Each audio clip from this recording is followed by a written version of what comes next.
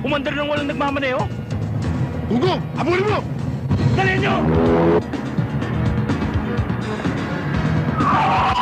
Abulin natin!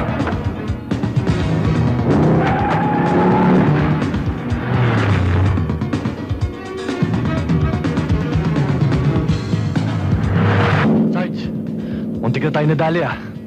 Alam mo naman ako, pag umandar ang radar ko, walang paltos. Sino kaya may pakanaan nito? Pag kinutuban ako, sasabihin ko sa'yo. Palagay mo si Major? Hindi ko alam.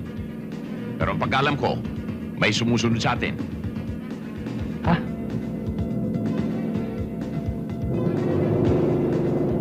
Iliko mo sa kanan! Huwag yan. Pag andar ang radar ko, doon tayo liliko. Diretso muna tayo.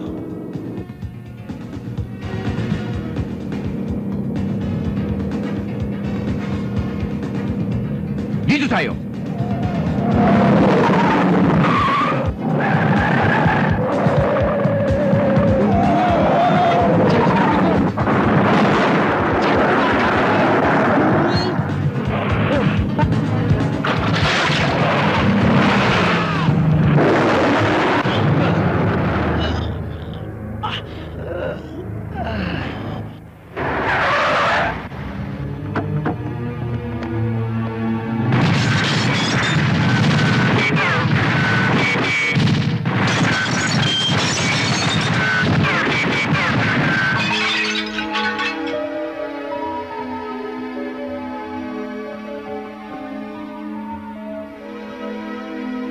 Nasaan na?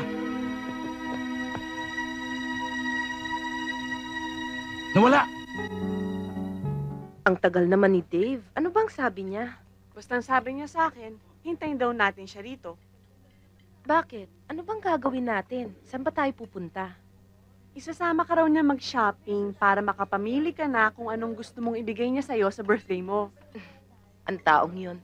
Sa 1 linggo pa naman ang birthday ko ah. Saka hindi naman regalo niya ang importante sa akin. Basta ang mahalaga, nandun siya. At isa pa, huwag kang mawawala sa birthday ko ah. Oo naman. Alam mo, ngayon may problema ang sir mo, hindi ako makatulog. Alam mo, Lisa, huwag ka masyadong mag-aalala. Kasi kayang-kaya naman niyang lusutan yun eh. Kaya nga siguro. Pero hindi mo maaalis sa akin na mag-alala. Mahal na mahal ko kasi siya eh. Kaya ipakikiusap ko sa'yo. Sana wag na wag mo siyang pababayaan. Lisa, kahit paano, may pinagsamahan na rin kami ni Sir Dave. Kita mo nga ngayon, kahit suspendido siya, palagi pa rin akong kasama.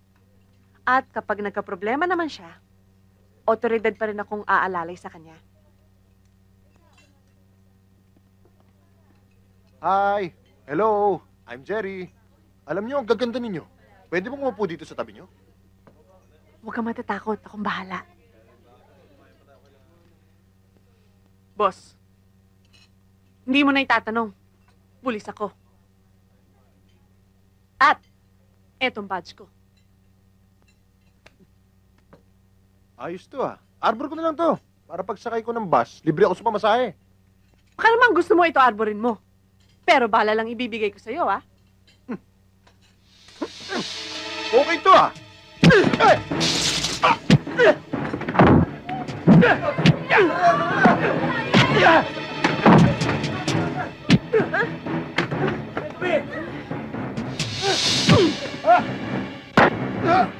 Ang babae, hindi pinapatulan. Sir! Dave! Nagtutugo ang sugat niya. Hindi. Wala to. Kailangan dali natin siya sa ospital.